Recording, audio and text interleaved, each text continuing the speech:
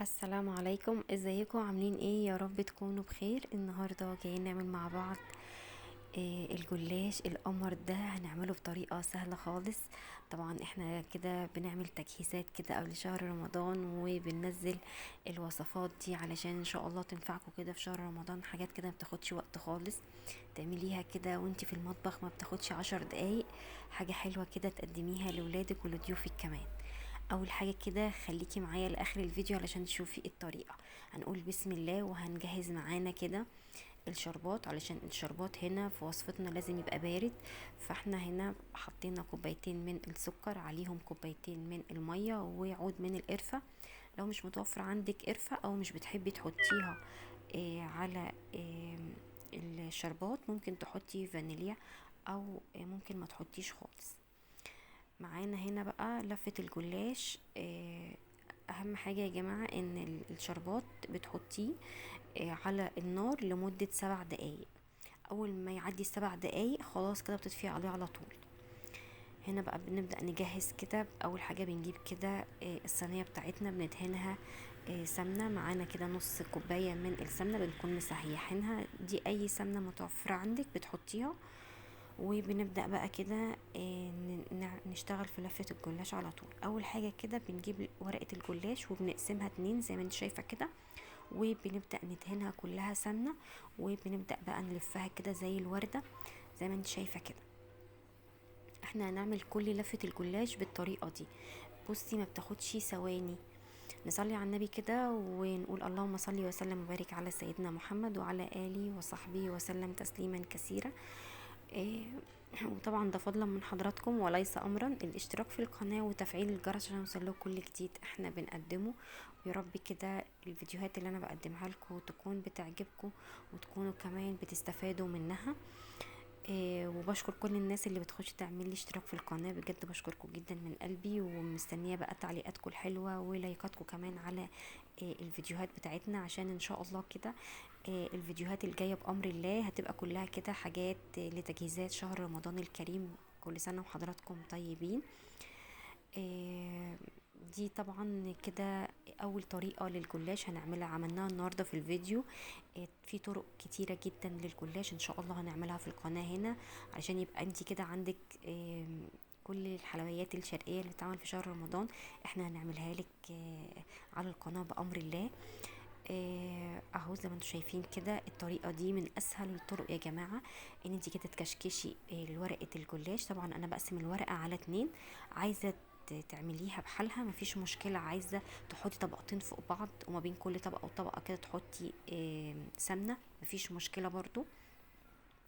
في النهايه هيبقى طعمه حلو جدا وما بياخدش معانا وقت خالص اهو زي ما انتم شايفين كده. بس هنا اهم حاجه يا جماعه ان لفه الجلاش تكون طريه، دي اهم حاجه، وما تكونش متكسره، علشان لو هي ناشفه ومتكسره مش هتنفع معاكي خالص في الوصفه دي.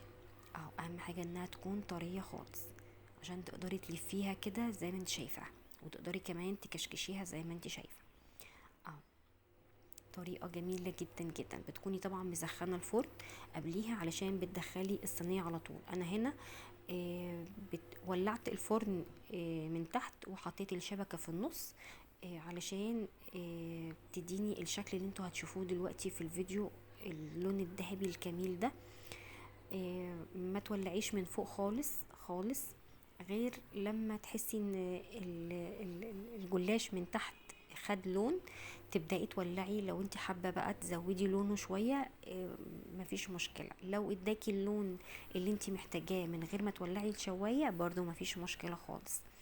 في كلتا الحالتين اهم حاجة بس انت ما تغيبيش ما تسيبيهوش مدة طويلة في الفرن علشان ما يتلهفش معاكي.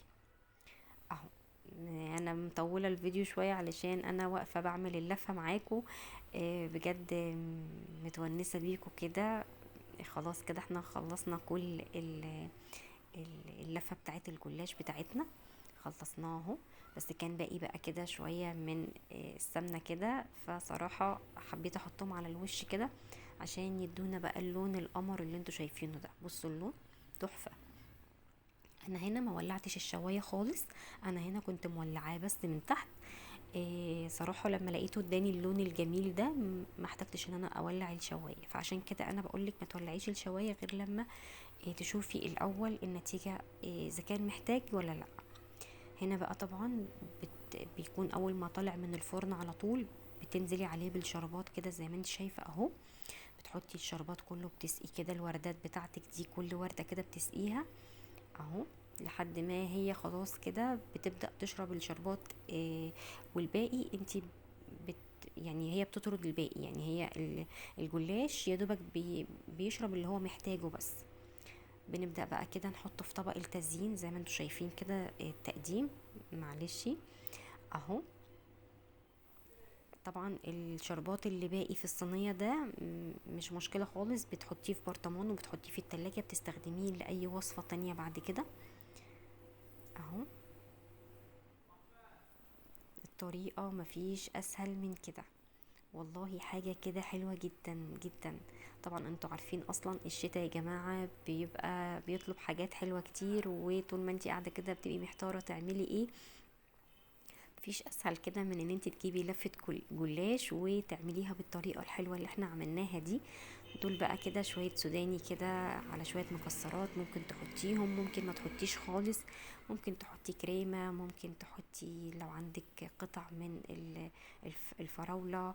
بصي دي بقى بتاعتك انتي، ممكن ما تحطيش حاجة خالص هيبقى طعمه برضو زي العسل، مفيش مشكلة خالص اهو. بصوا بقى ده شكله النهائي، حاجة كده حلوة جدا، مقرمش من بره وطري من جوه كده، حاجة جميلة قوي قوي. جربوا كده الطريقة وجربوا الوصفة، وبجد اعتمدوها عندكم علشان ان شاء الله تعملوها بعد كده من اسهل الوصفات للجلاش. وان شاء الله في فيديوهات تانية كتير